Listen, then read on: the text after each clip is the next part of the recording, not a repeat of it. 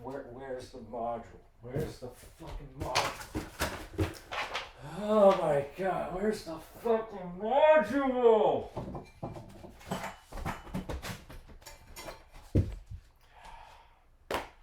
God damn it. I gotta keep doing the video. I just gotta keep doing the video.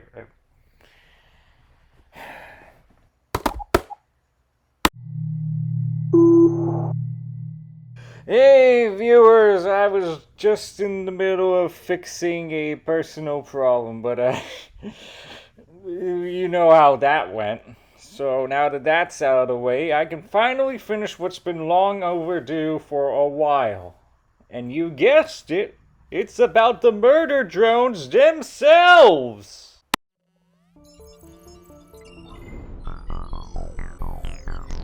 When I made my fan-made audio drama, I had an epiphany. When you think of a murder drone, what do they remind you of? Well, I think it's pretty obvious. A creature of the night that sweeps in to kill its prey, gorging on their blood as it does so, leaving behind its victim's carcass. So a vampire, you say? No, they're not vampires. Fuck no. It is a blatant misconception, but that does not mean that I cannot see the connection. Not that new age shit, I'm talking old school. The public domain classic Dracula by Bram Stoker, from the play adapted by Hamilton. Yeah, it's no secret why anyone would compare the murder drones to this guy. Specifically Jay. They're both pale white, condescending, and wear all black. Except one of them's a hot thought, and the other is an intellectual incel. You've got a lot of guts for a barely sentient toaster. The spider spinning his web for the unwary fly. The blood is the life, Mr. Redfield. If the murder drones are supposed to be a direct inspiration from vampires, like Dracula, then I'm sorry to say this, but murder drones aren't human. Vampires are human. I'd join you if the sun didn't kill me. Alright, listen here, you fucking moron! You goddamn liar! N has a tendency of making terrible, terrible lies. He's so much of a nervous, insecure wreck that he calls himself out on his lies to whoever he talks to. So he's learned to make his words as vague as possible in order to make himself less guilty of his own lies. So I am going to clarify what he's trying to say in this context. Much like cold-blooded animals, robots can overheat. Their wires and circuitry will melt, but only under extreme heat. Being in the sun only accelerates the overheating process. It does not make them combust into billions and millions of pieces or melt their exoskeleton. The only reason where I would see their exoskeleton melt is if they were entirely made out of plastic, which I doubt, seeing how their exoskeleton is, through some context clues, metallic. What does Dracula have to contribute to these guys? Making a funny face, turn into a tiny little bat, strangle a helpless man, very slowly. Oh, and if you think that's bad, what I'm about to show you is more evidence that vampires suck. May I present to you James Rolfe's You Know What's Bullshit, where he talks solely about vampires. There's a ton of bullshit involved when it comes to being a vampire. You gotta sleep in your native soil, you die if your heart gets penetrated by some wooden stick or stake. Mirrors are the bane of your existence, decapitation's a bitch, the sun is your enemy, and you're allergic to garlic. But that's just the basics. Gotta watch out for those trees with no leaves if you want to fly. If you get caught on fire, you die, which I think applies to all living organisms. Anything holy will either propel you away or hurt you if you make contact with it. And apparently, wolfsbane and anything that's made entirely out of silver will kill you, because vampires are somehow considered to be the first werewolves. I don't know how that logic. And water too. Water? I love water! And don't get me started on all the other shit that's present in this video. I want you to watch it for yourself and see how ridiculous it is to be a vampire. So now that everyone is aware that murder drones aren't vampires, what the hell are the murder drones supposed to be exactly? Well, I got the answer that you've been looking for. Back in my childhood, I read a book called Mythical Monsters. A book about cryptids and legendary monsters by Chris McNabb and Jerry McCall, with Chris having more accolades than— oh my god, he's a hacker! Oh wait.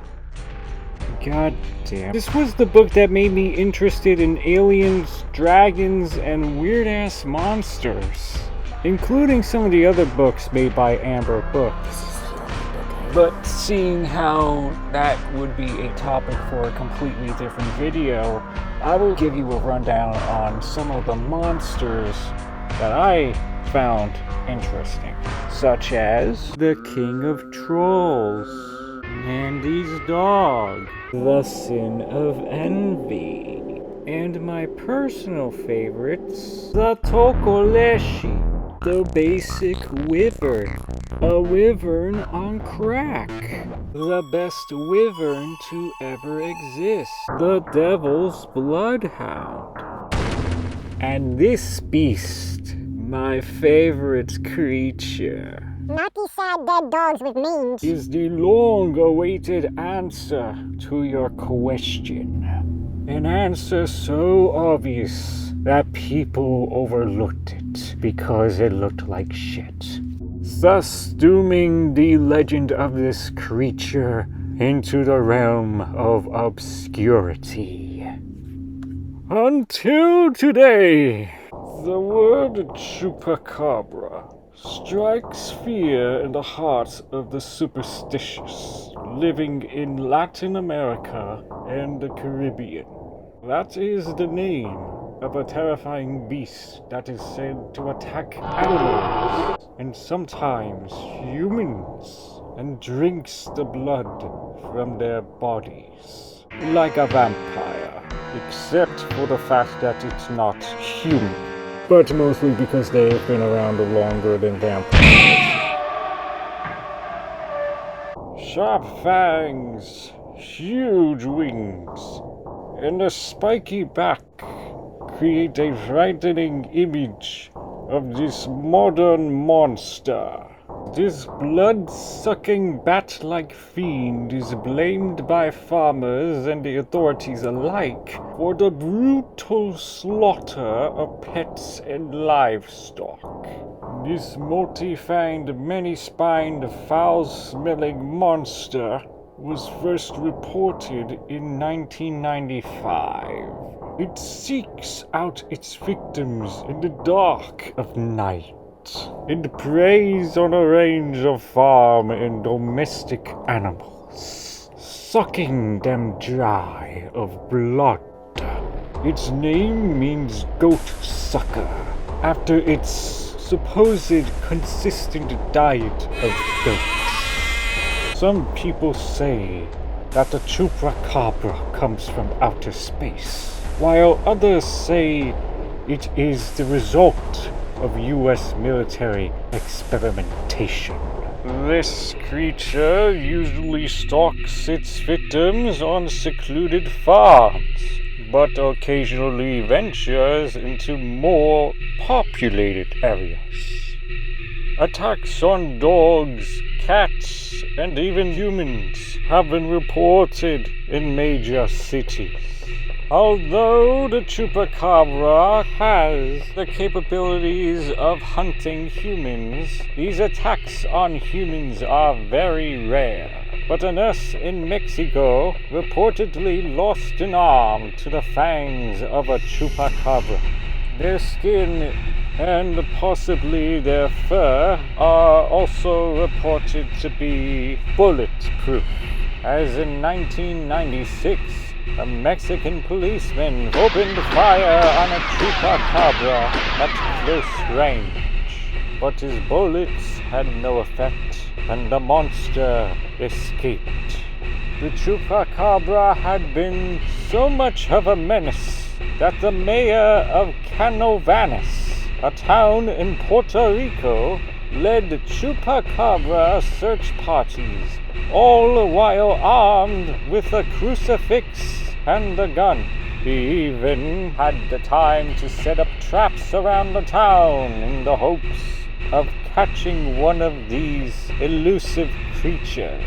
After discussing the legend and history of this creature according to a children's book, it is only fitting to list the features of this creature as it is specified in that very same book. These spines reportedly burst through the skin of the monster's head and back. Their purpose is unknown, most likely for the purposes of intimidation, but they may offer protection against their enemies. This creature is usually said to have bat-like wings with a span up to 13 feet or 4 meters. A few reports say it has no wings at all. There is a possibility that the wings are retractable, but that is merely a theory. Reports say that the creature has insectoid eyes the size of hen's eggs, and that these big eyes glow an alien red. Some witnesses claim that these eyes fire laser beams to paralyze the creature's victims. Some witnesses say that the beast has bare gray or blue skin. Others say that it has scales or fur of those particular colors. The chupacabra's legs are said to be long and muscular, for bounding 66 feet or 20 meters at a stride when advancing on its prey. Strangely enough, the monster never leaves behind any carbon footprints. There is no exact measurement of the creature's size, as eyewitness accounts are muddled. Estimates of the creature's height in the standing position vary from 3 feet and 3 inches to 6 feet and 6 inches, or in the metric system, 1 meter to 2 meters. Now, I am aware that there are sections for claws and fangs, but every single creature on this living planet has those, so why the fuck do I even bother with this? I'm out. I'm out.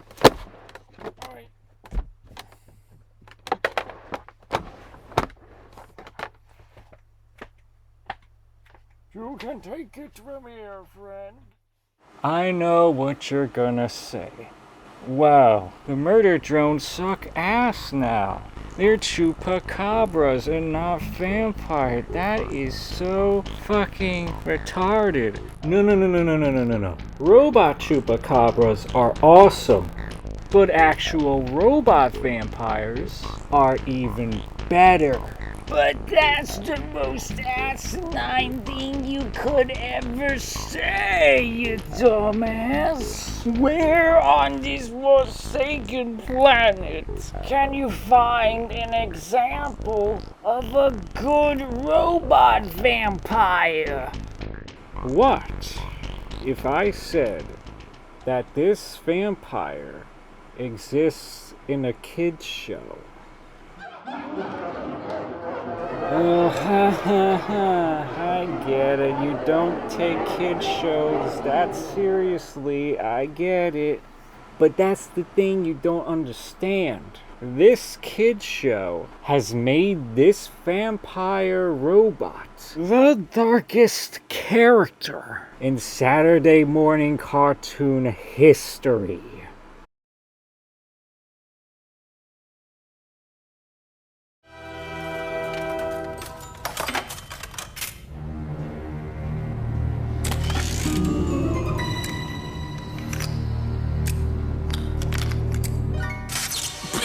These need to recharge more than I do.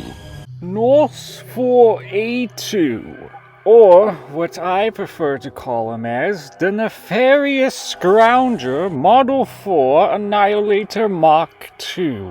Why did I call him that? A Saturday morning cartoon villain must have a Saturday morning cartoon name. That's how it goes. This modern interpretation of Dracula is what the murder drones should have been if they were actually inspired by vampires. But you gotta take J.C. Jensen into consideration.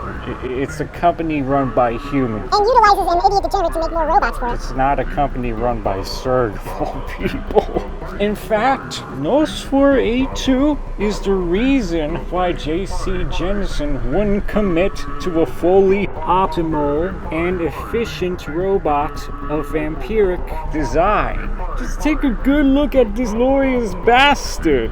He can naturally float into the vacuum of space itself, absorb electrical projectiles, control electrical wires with a single blast of electricity, take control of an electrically powered suit with just a single bite.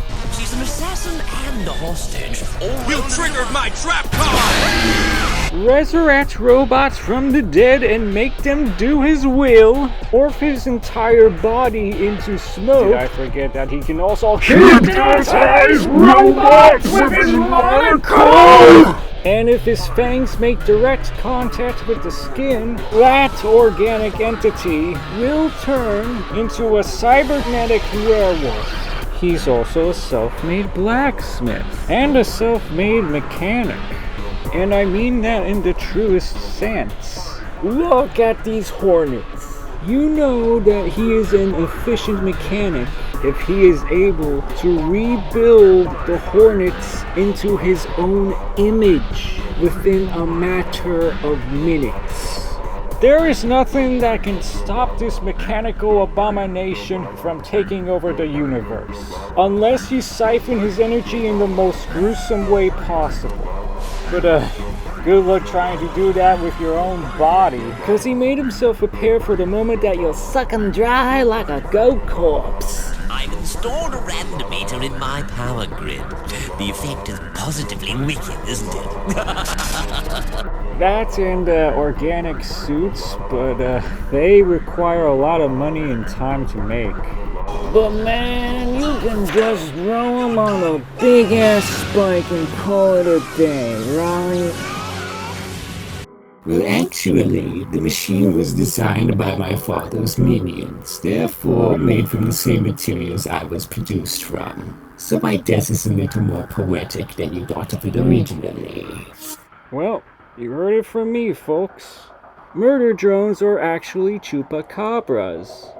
And Nosfer A2 is the greatest robotic vampire of all time. Jolly cool.